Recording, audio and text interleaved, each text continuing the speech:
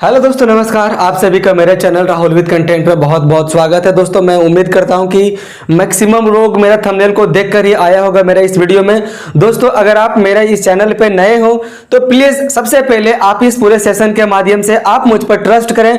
उसके बाद आप अंतिम में मेरे वीडियो को लाइक व चैनल को सब्सक्राइब कीजिएगा, क्योंकि ना जाने ऐसे ऐसे कितने छोटे मोटे चैनल यूट्यूब पे भरे पड़े हुए हैं जो आप लोगों को हमेशा भ्रमित करने के प्रयास करते हैं। दोस्तों, मैं इस सेशन को शुरुआत करने से पहले मैं अपने यूट्यूब की कम्युनिटी वाली बॉक्स में मैंने एक पोस्ट पोस्ट किया था कि आप लोग किस चीज के मतलब कि आप लोग कौन सा चैप्टर को पढ़ना चाहते हैं। तो आप लोगों की बहुत सारा कमेंट था कि भाई आप प्रॉफिट एंड लॉस को पढ़ाओ। तो आप लोगों की डिमांड की वजह से अब आ गया है प्रॉफिट एंड लॉस। तो मैं उम्मीद करता हूं मेरे भाई, आज तक ऐसा आपने profit and loss chapter wise YouTube पे फ्री कंटेंट में नहीं पढ़ा होगा। और अब जिस वे में पढ़ने वाले हैं ना इस चैनल में, आप लोगों को यकीन नहीं होने वाला है कि भाई सॉल्यूशन इस तरह से भी होता है क्या। और मैं चैलेंज करता हूं, जैसा कि आपने मेरा थंबनेल में भी देखा होगा, अगर आपकी उम्मीदों पे खरा अगर नहीं उतरा तो फिर आप मेरा चैनल को सब्सक्राइब बिल्कुल भी नहीं कीजिएगा। और इस पूरे प्रॉफिट एंड लॉस की अगर मैं बोल दूं कि ये पूरा का पूरा सीरीज खत्म हो गया प्रॉफिट एंड लॉस की, उसके बाद आप एग्जाम को मतलब जो आप जिस एग्जाम की आप टारगेट कर रहे हैं उसमें आप कोई भी सेट लगा के देख लेना। अगर आपका इस टॉपिक से क्वेश्चन छूट गया तो मैं अपना चैनल को मैं बंद कर दूंगा। ठीक है दोस्तों, आप सभी को पता है कि बीएसएफ वालों के द्वारा आप सभी को बहुत बड़ी सौगात दे दी गई है। शॉर्ट नोटिस को जारी करके ऐसे में तैयारी करना आप सभी लोगों के लिए बहुत ज्यादा महत्वपूर्ण हो गई है ना। तो चुनाव खत्म अब तो लगभग हो ही गया है और इसके बाद से लगभग 15 से 20 दिन मतलब अब मान लो कि 1 महीना के अंदर में बीएसएफ ट्रेडमैन की फॉर्म फिलअप होना शुरू हो जाएगी और मैं उसके रिगार्डिंग मैं जल्द एक वीडियो को लाने वाला हूं। आप लोगों को दोस्तों पता है कि मैं ज्यादा भ्रमित करने वाला वीडियो को मैं लाता नहीं, बस जितने जो काम वाली जो बस चीजें होती है मैं उसी से रिलेटेड मैं वीडियो को लाता हूं। और आप सभी को पता है, आप जिन जिन चैनलों को आप सब्सक्राइब किए हुए हैं वे लोग बहुत सारे वीडियो को ला चुके हैं बीएसएफ ट्रेडमैन की न्यू रिक्रूटमेंट से संबंधित। तो चलिए हम लोग इन सारी बातों को छोड़कर हम लोग आते हैं अपने मुद्दे पर। तो भाई हम लोग पढ़ने वाले हैं profit and loss. Profit and loss हम लोग की जिंदगी से जुड़ी हुई एक बहुत ज्यादा महत्वपूर्ण चैप्टर है ना। तो बहुत सारे लोग इसमें फंसते भी हैं और बहुत सारे लोगों को मजा भी आता है। तो आप दोस्तों आप यकीन माने आपको मजा भी आएगा। ठीक है, तो जितने भी वैरायटी हो सकते हैं प्रॉफिट एंड लॉस की मैं प्रयास करूंगा कि मैं हर एक वैरायटी को मैं लाने का मैं प्रयास करूं। और ट्रेडमैन में अभी तक जितने भी वैरायटी की क्वेश्चन पूछी गई है मैं उससे लेवल को मैं अप ही रखूंगा, क्योंकि अगर आप थोड़ी सी अप लेवल की तैयारी करेंगे ना तो उसकी लो लेवल की जो क्वेश्चन होती है वो आप ऐसे ही आप धज्जियां उड़ा देंगे। ठीक है, तो चलिए हम लोग बिना किसी देरी की इस एपिसोड की हम लोग दोस्तों शुरुआत करते हैं और हम लोग क्वेश्चनों के माध्यम से हर एक डाउट को सॉल्यूशन करेंगे। तो देखिए पहला क्वेश्चन दोस्तों आपके स्क्रीन के ऊपर विजिबल है। तो पहला क्वेश्चन मेरे भाई क्या है, पहला क्वेश्चन है, बोल रहे कि 16% लाभ के साथ एक वस्तु का विक्रय मूल्य 435 रुपये था। मतलब 435 रुपये में जो जिस वस्तु को बेचा गया उसमें 116 मतलब दोस्तों इसमें 16% का लाभ है। यदि वस्तु को 330 रुपये में बेचा जाता तो हानि प्रतिशत कितना होता। दोस्तों मैक्सिमम लोग करेंगे क्या, पहले सीपी निकालेंगे। इसका सीपी का मतलब पहले कॉस्ट प्राइस निकालेंगे, मतलब पहले क्रय मूल्य निकालेंगे, उसके बाद उसकी अब जो नी वाली सेलिंग प्राइस होगी उससे कंपैरिजन करके प्रॉफिट या तो लॉस निकालेंगे। हम लोग ऐसा नहीं करेंगे, हम लोग स्मार्ट अप्रोच को अपनाने वाले हैं। तो देखिए क्या बोल रहे हैं, 16% के साथ 435 रुपये में बेचने पर मतलब 435 रुपये अपने आप में 116% का वैल्यू है। देखिए 16% प्रॉफिट का मतलब यह हुआ कि 100% इसमें तो सीपी होगा ही होगा, मतलब कॉस्ट प्राइस होगा ही होगा, प्लस 16% का इसमें प्रॉफिट है, मतलब 435 रुपया अपने आप में 116% है। मतलब हम ऐसा कह सकते हैं कि 435 रुपया अपने आप में मेरे भाई 116% है। हमें क्वेश्चन में पूछा कि अगर 330 रुपये में बेचा जाए तो कितने प्रतिशत का हानि अथवा मतलब ये हानि होगा, है ना। तो हम इसे परसेंटेज में ही रहने देंगे। तो हमें निकालना है 330 रुपया कितना परसेंटेज होगा। मेरे भाई ऐसे में क्या होगा, हम इसको भेज देंगे गुना में। ठीक है, 330 को और ये वाली जो है 435 ये आ जाएगी मेरे भाई भाग में। अब मेरे पास चुनौती है इस चीज को काटने की, तो चलिए हम लोग इसे काटते हैं, है ना। चलिए हम सबसे पहले इसको काटते हैं 5 से। कितना आ जाएगा मेरे भाई, 5 × 40, 5 × 35 और ये मेरे भाई कितना बार में आ जाएगा, 5 36 5 36। 87 को देखते हुए मेरे दिमाग में क्लिक कर गया कि ये 29 का एक मल्टीपल फैक्टर है, मतलब ये 29 से मेरे भाई 3 बार में कटेगा, तो 29 ये 87 और ये 116 कटता है मेरे भाई 29 चौक 116, मतलब ये 4 बार में कटता है ना। अब ये 3 से 66 कट जाएगा 22 बार में।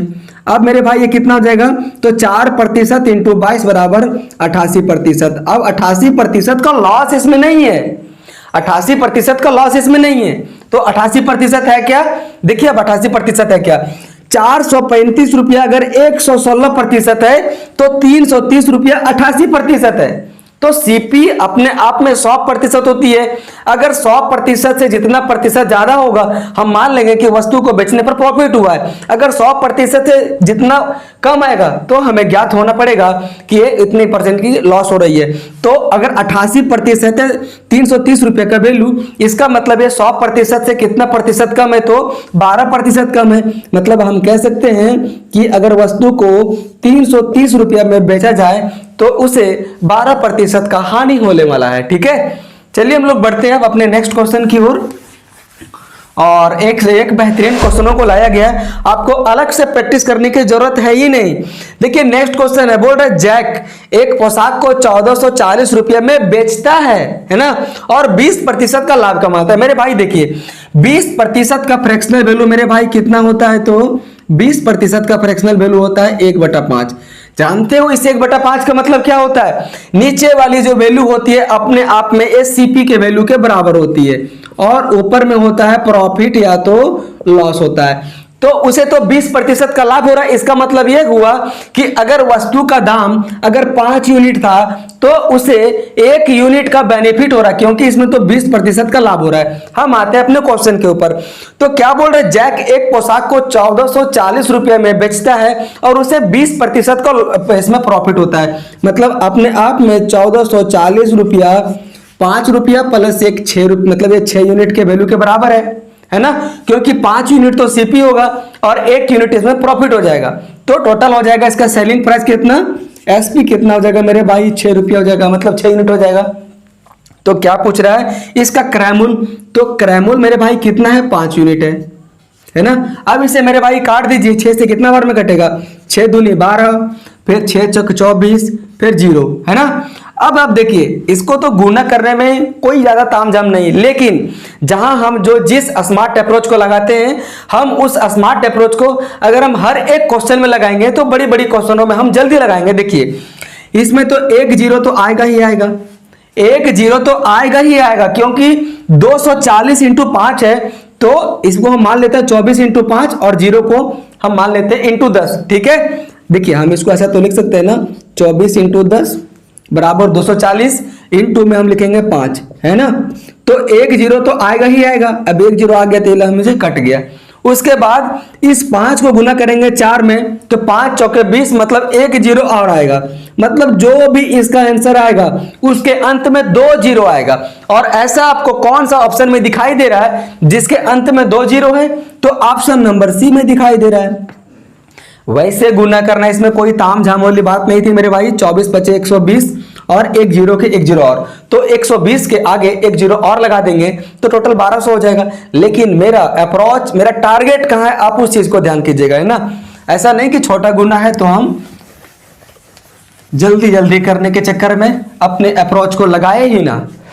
देखिए नेक्स्ट क्वेश्चन है मेरे भाई, बोलता है स्फूर्ति ने 17% के लाभ पर जूतों के जोड़े को 2223 रुपये में बेचा था। अब 17% का लाभ है ना।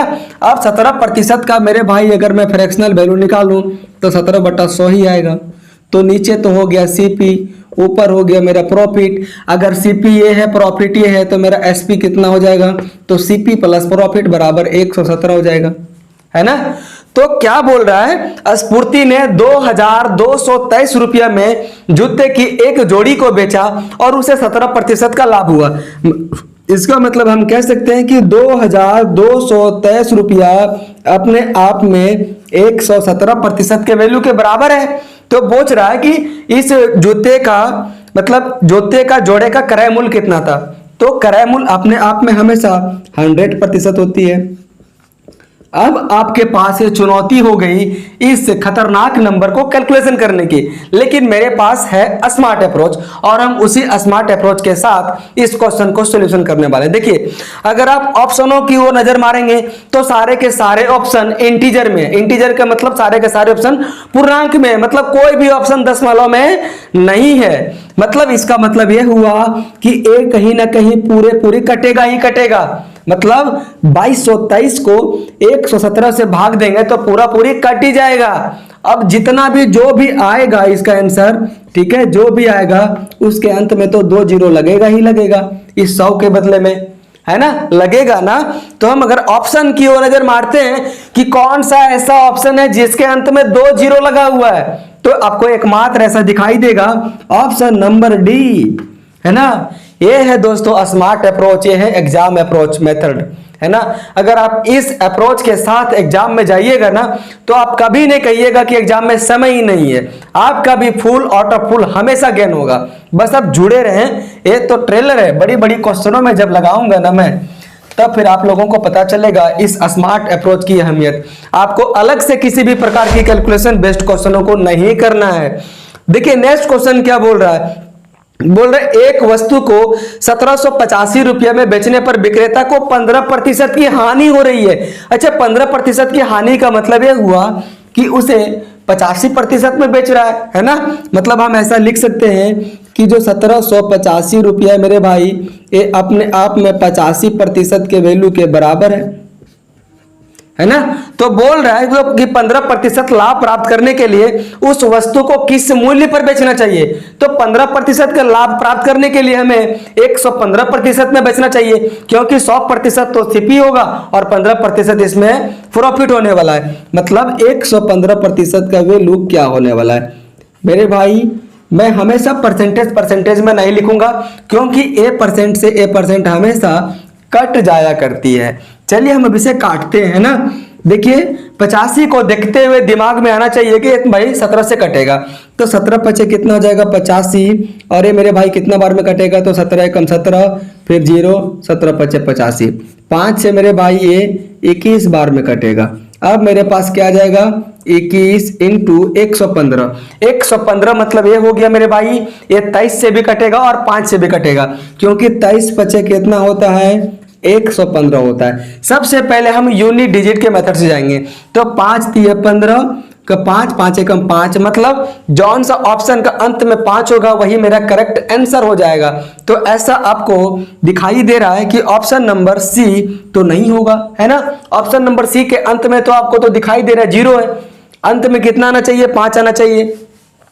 अब अभी भी मेरे पास सॉल्यूशन नहीं हुआ है। अब देखिए अगर मेरा इस यूनिट डिजिट मेथड के माध्यम से नहीं हुआ, देखिए आप इस 21 को तोड़ सकते हैं 2 फैक्टर में, 3 इंटू 7 में, मतलब जो भी ऑप्शन होगा मेरे भाई ये 3 से भी कटेगा और 7 से भी कटेगा।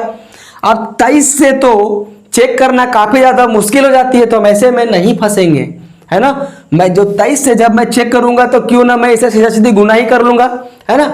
तो हम चेक करते हैं 3 का रूल से। देखिए 3 का कटने का नियम क्या होता है, जो भी संख्याएं दी गई है, दी गई संख्याएं का योग अगर 3 से कटती है तो पूरी की पूरी संख्याएं 3 से कटेगी। तो ऑप्शन नंबर सी तो मेरा ऑलरेडी नेगलेक्ट हो गया है। हम आते हैं ऑप्शन नंबर ए के अंकों का योग करने में, तो 2 4 6, 6 1 7, 7 5 12, 12 3 से कटता है। हम लोग आते हैं ऑप्शन नंबर बी में, तो 1 7 8, 8 और 8 16, 16 5 21, भाई ये भी कट रहा है 3 से। ऑप्शन नंबर डी देखते हैं, तो 2 2 4 4 5 9, मेरा 3 से भी नहीं हुआ। अब देखते हैं हम लोग 7 से चेक करने का, तो देखिए 7 या 21 हो जाएगा, फिर बच गया कितना 3, 7 चौक 28, फिर बच गया 3, 7 पचे 35, ऑप्शन नंबर ए कट जा रहा 7 से। ऑप्शन नंबर बी को मैं अगर काटता हूं कितना हो जाएगा, तो 7 दूनी 14, कितना बच जाएगा 3, तो हो जाएगा कितना 38, तो 7 पचे 35, उसके बाद फिर चल जाएगा 3, मतलब 7 से भी नहीं हो रहा है, मतलब हमें इसमें गुना करना ही करना पड़ेगा, है ना।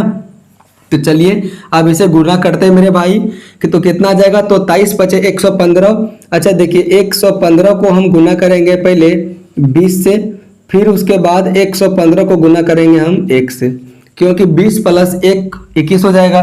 तो 115 दूनी कितना हो जाएगा 230, और 1 जीरो का 1 जीरो लग जाएगा, प्लस इसमें 115 हो जाएगा। तो 2300 प्लस 115 बराबर कितना हो जाएगा 2400 15 और 2415 आपको कौन सा ऑप्शन में दिखाई दे रहा, तो ऑप्शन नंबर ए में। मतलब अगर हम गुना भी करेंगे ना तो ऐसा नहीं कि आप इसके मतलब बच्चों वाले अब गुना करें, ऐसा करने का टाइम खत्म हो गया है। अब आपको लंबी छलांग लगानी पड़ेगी तभी आप दूसरों को कंपटीशन में काट सकते हैं, वरना ये कंपटीशन आपके लायक है ही नहीं।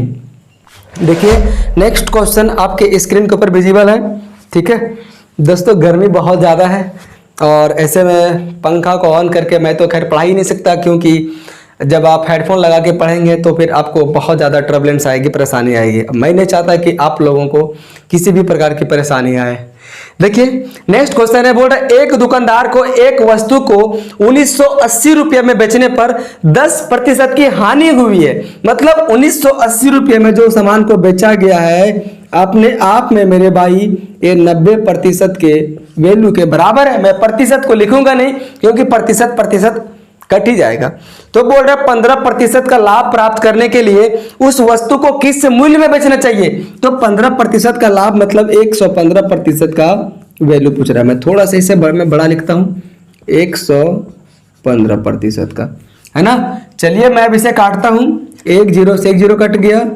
अब इसमें मेरे भाई कितना हो जाएगा, तो 9 दूनी 18, फिर 9 दूनी 18 कितना हो जाएगा 22 इंटू 115।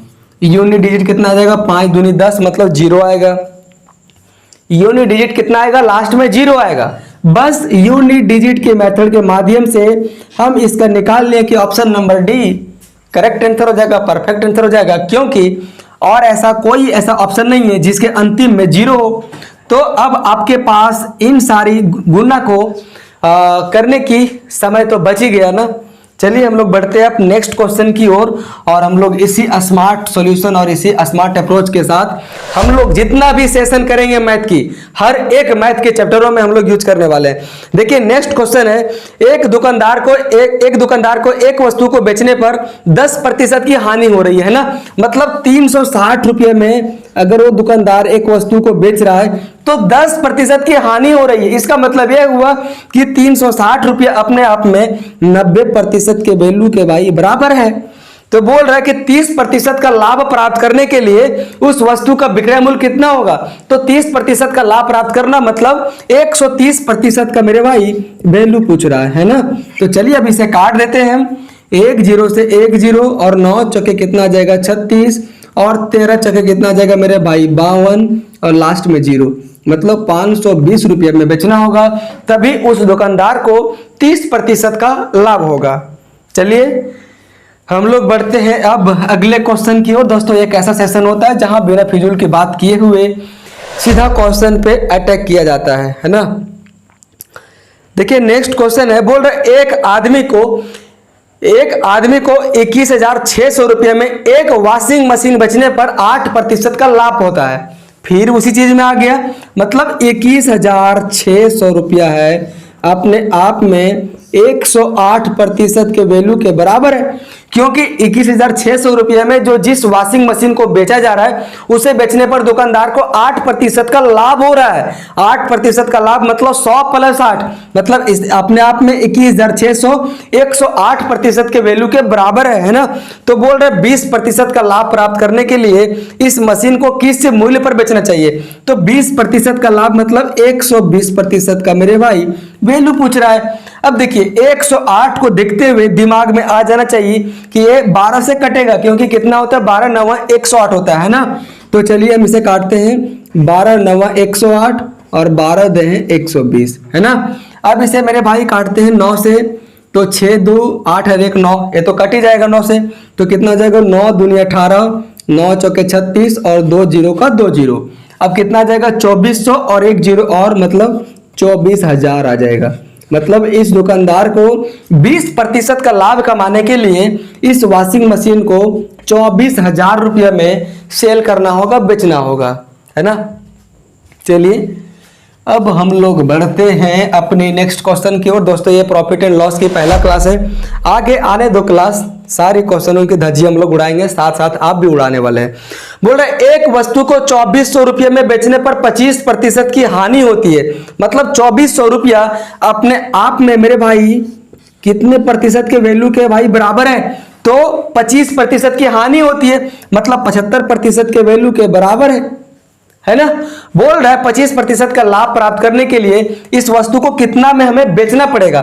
तो 25% का लाभ मतलब 125% का वैल्यू पूछ रहा है। चलिए इसे काट देंगे, परसेंटेज तो यहाँ मिट ही जाएगा, है ना। तो 25 दिया 75 और 25 बचे 125, 3 से मेरे भाई 3 और 24 और 2 जीरो को 2 जीरो और 8 बचे 40 और 2 जीरो और लग जाएगा, मतलब 4000 रुपये में वस्तु को बेचना होगा। अलग से आपको किसी भी प्रकार की प्रैक्टिस करने की जरूरत है ही नहीं, इतने सारे क्वेश्चनों को प्रैक्टिस करा दिया जाएगा आप लोगों को। देखिए नेक्स्ट क्वेश्चन है, बोल रहे 1400 रुपये में खरीदी गई एक साइकिल को 15% की हानि पर बेचा जाता है। अब इसमें एग्जामिनर थोड़ा सा आपको दिमाग को चेंज करने का, घुमाने का प्रयास किया है ना। उन सारे क्वेश्चनों से एक क्वेश्चन थोड़ा सा डिफरेंट है। 1400 रुपये में खरीदी गई तो हमेशा अपने आप में 100% में खरीदी जाती है, चाहे वह 1400 रुपये में खरीदी जाए, चाहे वह 1 पैसा में खरीदी जाए, चाहे वह 14 लाख में खरीदी जाए, चाहे तो करोड़ों रुपये में खरीदी जाए। जितने रुपये हम लोग लगाते हैं अपने आप में वो वैल्यू मेरे भाई 100% के वैल्यू के बराबर होती है। इसका मतलब ये हुआ जब दुकानदार एक वस्तु को 1400 रुपये में खरीदा तो अपने आप में 100% के वैल्यू के बराबर है, और इसे 15% की हानि पे बेचा जाता है। मतलब 100% में खरीदा, बेच रहा है 15% की हानि पे, इसका मतलब वो कितने में बेच रहा है, 85% में बेच रहा है। तो बोल रहा है ना कि विक्रय मूल्य को ज्ञात करना है। तो मेरे भाई कट जाएगा ये 1 0 2 0 1 0 2 0। अब कितना बच गया, 14 × 85। अब देखिए लास्ट में कितना आएगा, 5 चौक 20 मतलब 0 आएगा, और इस तरह से मेरा ऑप्शन नंबर डी तो नेगलेक्ट हो जाएगा। अगर आप तुक्का भी अगर आप मारेंगे ना तो अब आपकी सही होने की संभावना 33% हो गई, 25% से बढ़कर, है ना। अब मेरे पास देखिए 14 का मल्टीपल फैक्टर देख लेंगे। 14 से कौन कौन सी कटेगी, जो संख्या 2 से भी कटेगा और जो संख्या 7 से भी कटेगा, ये मेरे भाई 14 से कटेगा। 85 से कटने वाले क्या क्या हो जाएगा इसका मल्टीपल फैक्टर, जो संख्या 5 से भी कटेगा, जो संख्या 17 से भी कटेगा। अब देखिए जिसके अंत में 0 हो या 5 हो वो संख्या तो 5 से कटेगा ही कटेगा, और ऐसे सारे ऑप्शन है, ठीक है। तो अब हम इससे मेरा आंसर नहीं निकल के आया। 17 का मल्टीपल फैक्टर को हम लोग चेक ही नहीं कर सकते क्योंकि अपने आप में एक बहुत बड़ी डिजिट हो गई। अब हम चेक करते हैं 2 या तो 7 के नियमों से। अब देखिए 2 का नियम क्या कहता है, जो भी संख्याएं दी गई है अगर उस संख्या के अंत में अगर 0 लगा हो या तो अगर कोई भी सम संख्या हो तो दोस्तों पूरे के पूरी संख्या 2 से कटेगी ही कटेगी। अब इससे भी मेरा काम नहीं बन पाया। अब हम देखते हैं 7 से काट कर, देखिए कितना हो जाएगा 7। अगर हम आते हैं ऑप्शन नंबर ए पे, ऑप्शन नंबर डी तो मेरा पहले ही नेगलेक्ट हो गया है, ठीक है। ऑप्शन नंबर ए में कितना है 1290, तो 7 एकम 7, फिर चल जाएगा 5, 7 × 56। ए ऑप्शन नंबर ए 7 से नहीं कटा। ऑप्शन नंबर बी कितना है 1090, तो 7 एकम 7 चल गया 3, ठीक है, हो गया कितना 39, तो 7 बचे 35, फिर चल जाएगा 4, तो हो जाएगा 40। 7 से नहीं कटता, बच गया मेरा क्या, ऑप्शन नंबर सी। तो ऑप्शन नंबर सी मेरा करेक्ट आंसर हो जाएगा। ऑप्शन नंबर डी तो मेरा यूनिट डिजिट के मेथड के माध्यम से यूं ही तो इग्नोर हो गया था, तो छट गया था ना। तो ऑप्शन नंबर सी मेरा करेक्ट आंसर हो जाएगा। आप इसको देख लीजिएगा, ये मेरा कॉन्फिडेंट है कि ऑप्शन नंबर सी ही होगा आंसर। तो मुझे बताना पड़ रहा है इसीलिए मुझे समय लगती है। ऐसे क्वेश्चन जब मेरे पास आती है तो मेरे भाई मैं इसे यूं ही उड़ा देता हूं। बोल रहे हैं देखिए नेक्स्ट क्वेश्चन, किसी व्यक्ति ने 96 रुपये में कोई सामान खरीदा। अब देखिए 96 रुपये में कोई सामान को खरीदा गया, मतलब 96 रुपया अपने आप में 100% के वैल्यू के बराबर है।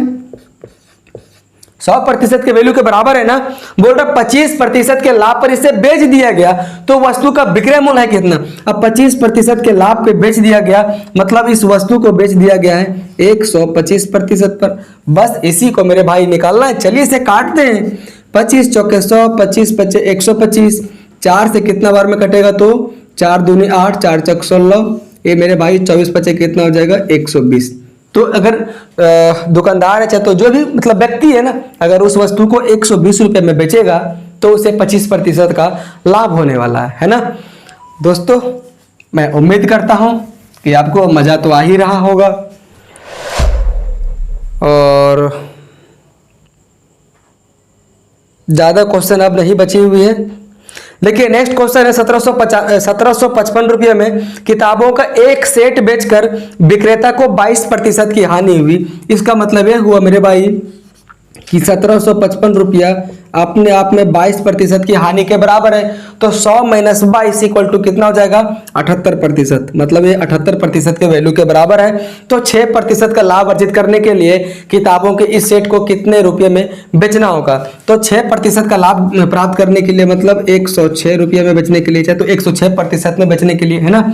अब मेरे पास चुनौती है इस चीज को सोल्यूशन करने की। देखिए 78 को देखते ही मेरे दिमाग में आ गया कि ये 13 से कटेगी। तो 13 छक कितना होता है मेरे भाई 78। एक कितना कबार में कटेगा तो 13 कम 13 4 चल जाएगा तो कितना बार में कटेगा तो 13 3 39। अब 6 तो 13 5 65 मतलब ये 135 बार में कट जाएगा। अब इसे मेरे भाई पूरी अगर मैं काटता हूँ 135 को 6 से तो ये नहीं कटने वाली है ना। क्यों नहीं कटने वाली? क्योंकि 6 से वही संख्याएं कट सकती है जो संख्या 2 से कटेगी और जो संख्या 3 से कटेगी। तो क्या आपको लगता है कि 135 2 से कटेगी? नहीं कटेगी। इसीलिए मेरे दिमाग में आया कि ये 6 से पूरी नहीं कटने वाली है। तो चलिए इसके हम सबसे पहले काटते हैं 3 से। तो 3 दूना 6, 3 चौके 12, 1 3 5 15 45 बार में कट गया। और ये कितना बार में कटेगा तो 53 बार में कटेगा। अब आपके पास चुनौती हो गई 45 इंटू 53 को गुना करने की। देखिए अंत में कितना आ जाएगा 3 5 15 मतलब 5। सारे ऑप्शन के अंत में आपको 5 दिखाई दे रहा है। अब देखिए 45 है मेरे भाई, ए से 45 से वही संख्या कटेगी जो 9 से भी कटेगा, 5 से भी कटेगा। 53 का तो कोई मल्टीपल फैक्टर होगा ही नहीं क्योंकि 53 तो एक अभाज्य संख्या है ना। तो देखिए हम चेक करते हैं 9 की विभाजिता के नियम से, नहीं तो फिर हमें गुना करना ही पड़ेगा, है ना। देखिए 9 का विभाजिता का नियम क्या कहता है, जो भी संख्याएं दी गई है अगर उसके अंकों का योग 9 से कटता है तो पूरा का पूरा संख्या 9 से कटेगा। तो चलिए हम लोग जोड़ते हैं ऑप्शन नंबर 1 के अंकों का योग कितना हो जाएगा। तो 2 3 5 5 7 12, 12 और 5 17, 17 मतलब क्या हो जाएगा 1 + 7 = 8। क्या 8 9 से कटता है? क्या नहीं कटता। ऑप्शन नंबर बी में आइए कितना आ जाएगा 2 3 5, 5 और 8 13, 13 5 18, 18 मतलब 1 + 8 = 9। ऑप्शन नंबर बी मतलब 9 से कट रहा है। हम लोग आते हैं ऑप्शन नंबर सी में, कितना हो जाएगा 2 3 5, 5 5 10, 10 5 15, 15 का मतलब क्या हो जाएगा 1 + 5 = 6, 6 क्या 9 से कटता है? क्या नहीं। ऑप्शन नंबर डी में आइए 2 3 5, 5 और 6 11, 11 5 16, 16 मतलब 1 + 6 = 7। ऑप्शन नंबर डी भी गया, बचा क्या ऑप्शन नंबर बी। जो ऑप्शन नंबर बी एक ऐसा नंबर है जिनके अगर हम अंकों का योग करते हैं तो मेरे भाई ये 9 से कटता है। क्यों? 2 3 5, 5 और 8 13, 13 5 18, 18 मतलब 1 + 8 = 9। मतलब क्या हो जाएगा मेरा option number B correct answer हो जाएगा। ऐसा नहीं कीजिएगा कि भाई चारों ऑप्शन को कौन देखने जाएगा, ऐसा आपको नहीं करना है। प्रैक्टिस करिए, आ जाएगा उन सारी चीजें। लंबी लंबी गुना करना छोड़ दीजिए और आप यकीन मानिए जहां अगर आपको लंबी गुना करने की जरूरत पड़ेगी वहां सब लोगों को गुना करने की जरूरत पड़ेगी। और अक्सर एग्जाम वही निकालते हैं जो इस ऐसा स्मार्ट अप्रोच के साथ जाते हैं। देखिए नेक्स्ट क्वेश्चन है, बोल रहा है यदि एक व्यक्ति ने एक वस्तु को 96 रुपये में खरीदी थी और इससे 12.5% के लाभ पर बेच दिया। देखिए अगर आपने मेरा परसेंटेज की फर्स्ट वाला क्लास को किया होगा तो मैंने आपको उसमें बताया था परसेंटेज की चार्ट वाली चीजें को, ठीक है। देखिए 12.5% का फ्रैक्शनल वैल्यू मेरे भाई होता है 1/8 होता है।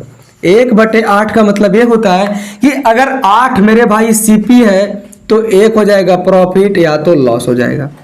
तो यहां पे 12.5% का लाभ हो रहा है, इसका मतलब 8 पर 1 रुपया का लाभ हो रहा है। तो इसका एसपी कितना हो जाएगा, मतलब सेलिंग प्राइस कितना हो जाएगा, तो 8 + 1 9। क्यों? अगर आपने किसी वस्तु को 100 रुपये में खरीदा है, 6 रुपये के लाभ पर बेच दिया तो उस वस्तु का विक्रय मूल्य कितना हो जाएगा 100 + 6 = 1 तो 6 रुपया। तो 8 यूनिट में इस वस्तु को खरीदा गया है, 1 यूनिट का लाभ हो रहा है, मतलब सेलिंग प्राइस कितना हो जाएगा 9 यूनिट हो जाएगा, है ना। और क्वेश्चन में क्या बोल रहा है, एक वस्तु को 96 रुपये में खरीदी गई थी। तो हम ऐसा कह सकते हैं कि 96 रुपया अपने आप में 8 यूनिट के वैल्यू के बराबर है। तो बोल रहा है इस वस्तु को कितना रुपये में बेचा गया, तो 12.5% का लाभ हो तो बेचा गया 9 यूनिट में। तो हमें 9 यूनिट की वैल्यू को निकालना है। देखिए ये मेरे भाई 8 से कितना बार में कटेगा, तो 12 8 96 मतलब 12 बार में कटेगा, और 12 9 कितना जाएगा 108। तो 108 रुपया इस क्वेश्चन का करेक्ट आंसर हो जाएगा, है ना। चलिए हम लोग बढ़ते हैं अब अपने नेक्स्ट क्वेश्चन की ओर। और नेक्स्ट क्वेश्चन उसके बाद आज का ये सेकेंड लास्ट क्वेश्चन है ना।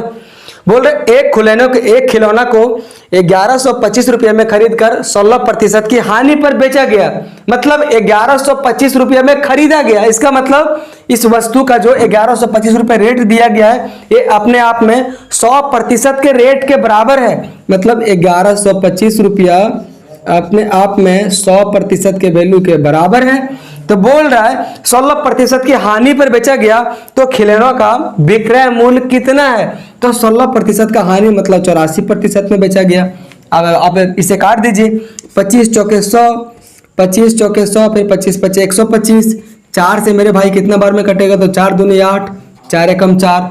अब आपके पास चुनौती है 45 इंटू 21 करने का। देखिए 45 से वही संख्याएं कटेगी जो संख्याएं 9 से भी कटती है, 5 से भी कटती है। 21 से वही संख्याएं कट सकेगी जो 3 से भी कटती है और 7 से भी कटती है। अब हम इन चारों में से मैं किसी का भी मैं निकाल लूंगा मैं मेथड से। देखिए अगर मैं जाता हूं यूनिट डिजिट में, कितना आ जाएगा 5 एकम 5, मतलब इसका यूनिट डिजिट मेरे भाई 5 आएगा। इस प्रकार से मेरा ऑप्शन नंबर ए तो नेगलेक्ट हो गया, बच गया मेरा ऑप्शन नंबर बी, सी और डी। अब मेरी ऑप्शन की सही होने की संभावना 33% हो गई। चलिए अब हम देख लेते हैं मेरे भाई 3 की मल्टीपल के फैक्टर को नियम को। तो 3 का मल्टीपल फैक्टर का नियम मेरे भाई क्या है, जो भी संख्याएं दी गई है अगर उस संख्या के अंकों का योग अगर 3 से कटती है तो पूरी की पूरी संख्या 3 से कटेगी। तो चलिए हम लोग जोड़ते हैं। ऑप्शन नंबर ए कितना हो जाएगा 9 6 15। मेरा ऑप्शन नंबर, सॉरी दोस्तों, ऑप्शन नंबर ए तो मेरा गया ही गया क्योंकि अंत में होना चाहिए 5। ऑप्शन नंबर हम लोग बी में आते हैं, कितना जाएगा, तो 9 4 13, 13 5 18, 18 भाई 3 से कटती है, मतलब ऑप्शन नंबर बी 3 का एक मल्टीपल फैक्टर है। ऑप्शन नंबर अगर हम लोग आते हैं सी में, तो 9 5 14, 14 5 19, 19 3 से नहीं कटती, मतलब ऑप्शन नंबर सी भी मेरा गया। हम लोग आते हैं ऑप्शन नंबर डी में, तो 9 7 16, 16 5 21। अब मेरे भाई फंस गए हम लोग 2 ऑप्शन में, ऑप्शन नंबर बी और ऑप्शन नंबर सी में हम लोग फंस गए। अब ये दोनों में से कौन सा सही होगा, है ना। अब मेरी ऑप्शन की सही होने की संभावना मेरे भाई 50% हो गई अगर आप तुक्का लगाओगे तो। अब हम चेक करेंगे मेरे भाई 7 का मल्टीपल नियम को। तो कितना हो जाएगा मेरे भाई, ऑप्शन नंबर बी में देखिए 7 एकम 7, 2 चला गया, हो गया 24, तो 7 21, फिर उसके बाद उसके में कन्वर्ट होके हो गया 3, मतलब 3 और 5 35, तो 7 5 35। इसका मतलब ऑप्शन नंबर बी 7 से कट रहा है। ऑप्शन नंबर हम लोग डी पे आते हैं, 7 एकम 7, 2 चला गया, 27 हो गया, तो 7 21, बच गया 6, उसके आगे 5 मतलब 65, 7 से 65 नहीं कटता, क्या मेरा बच गया option number B. Option number sorry दोस्तों डी तो होगा ही नहीं, ठीक है, तो ऑप्शन नंबर डी नहीं होगा, ऑप्शन नंबर बी इस क्वेश्चन का करेक्ट आंसर हो जाएगा, ठीक है। और आज का ये अंतिम क्वेश्चन आप लोगों के लिए होमवर्क होने वाला है। अगर आपको पूरा ये सेशन में कॉन्सेप्ट समझ में आया होगा तो आप इस क्वेश्चन को बनाएंगे, है ना। और हम लोग इसे अब इरेज करते हैं मेरे भाई। मैं उम्मीद करता हूँ कि आपको बहुत मज़ा आया होगा इस पूरे सेशन के माध्यम से। ये मेरा प्रॉफिट एंड लॉस का पहला क्लास था और पहला ही क्लास में आप लोगों को बहुत मज़ा आया होगा, आप लोगों को बहुत कुछ सीखने को भी मिला होगा, है ना दोस्तों। कहते हैं ना, एक क्योट है कि अगर आज आपने रास्ता बना लिया तो कल मंजिल भी मिल जाएगी। अगर आज आपने रास्ता बना लिया तो कल मंजिल भी मिल जाएगी, और हौसलों से भरा यह कोशिश एक दिन जरूर रंग लाएगी, एक दिन जरूर रंग लाएगी, है ना। तो चलिए हम लोग इस वीडियो को यहीं पे एंड करते हैं। अभी रात हो रही है और अभी कितना समय हो रहा है मेरे भाई, 10:30 भी बज रही है और भूख लग गई है तेज से। खाना वाना सब कुछ बन गया है, अब हम लोग खाने वाले हैं। चलिए ठीक है।